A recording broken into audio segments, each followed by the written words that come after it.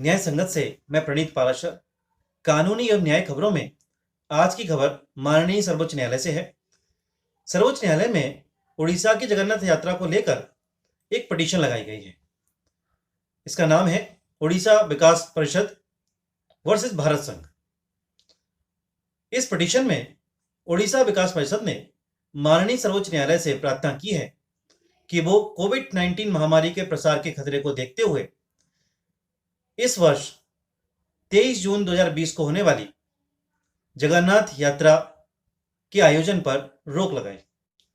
इस याचिका में कहा गया है कि धार्मिक मंडली जो हर वर्ष जगन्नाथ यात्रा का आयोजन करती है, करीब 10 लाख श्रद्धालुओं को आकर्षित करती है और यदि इस वर्ष निर्धारित तिथि अर्थात 23 जून 2020 को यदि इस यात्रा का आयोजन होता है तो कोरोना वायरस का प्रसार बढ़ सकता है।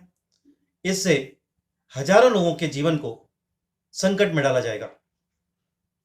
याचिका में यह भी कहा गया है कि केंद्रीय मंत्रालय द्वारा 23 मई को जो दिशा निर्देश जारी किए गए हैं उसमें राज्य के अंदर किसी भी सामाजिक, राजनीतिक, शैक्षणिक, सांस्कृतिक एवं धार्मिक कार्यों एवं ऐसी सभाओं का आयोजन करना प्रतिबंधित किया हुआ है।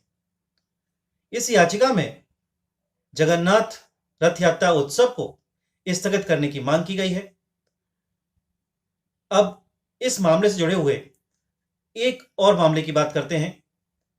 इसी संदर्भ में रथ यात्रा को लेकर माननीय उड़ीसा उच्च न्यायालय में भी विगत सप्ताह में एक पिटीशन दायर की गई थी।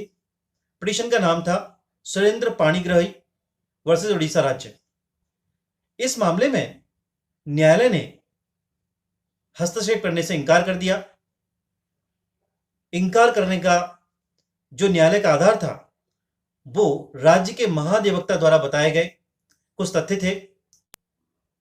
इन तथ्यों में महाधिवक्ता महोदय ने बताया कि राज्य के अंदर रथ यात्रा की अनुमति देना अथवा न देना यह अधिकार राज्य सरकार के पास है। अतः राज्य सरकार पूरे मामले का अवलोकन करेगी, देखेगी कि राज्य में रथ यात्रा के आयोजन करने से बीमारी का प्रसार होगा अथवा नहीं, उस पर कोई प्रभाव पड़ेगा अथवा नहीं। इन सब बातों को समझते हुए राज्य सरकार रथ यात्रा की तिथि से ठीक पूर्व अपना निर्णय देगी और उसके आधार पर रथ यात्रा का आयोजन किया जाएगा। जब उड़ीसा उच्च न्यायालय ने महाधिवक्ता की बात सुनी और मामले का अवलोकन किया तो पाया कि राज्य सरकार राज्य में कोविड-19 के प्रसार के बारे में बिगड़ती स्थिति का पूरी तरह से संज्ञान कर रही है।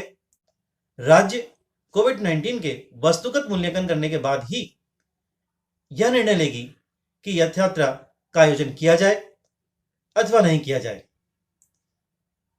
कोर्ट ने कहा कि राज्य सरकार को यह अधिकार है कि वो राज्य के अंदर सारी व्यवस्थाओं को देखते हुए ऐसी रथ यात्रा के आयोजन पर निर्णय ले, क्योंकि 30 मई 2020 के केंद्रीय सरकार के निर्देश के बाद अब राज्यों को यह निर्णय लेना है कि उन्हें किस तरह की सभाओं का आयोजन करना है अथवा नहीं। उड़ीसा राज्य सरकार को भी इस मामले पर निर्णय लेने का पूरा अधिकार है। माननीय उड़ीसा उच्च न्यायालय ने यह भी कहा कि यदि राज्य सरकार ऐसी रथ यात्रा के आयोजन की अनुमति देती है तो उसे लॉकडाउन के दौरान दिए गए केंद्र सरकार के दिशा निर्देशों का पालन करना चाहिए ताकि यह सुनिश्चित कर सके कि कोविड-19 बीमारी का प्रसार न बढ़ सके।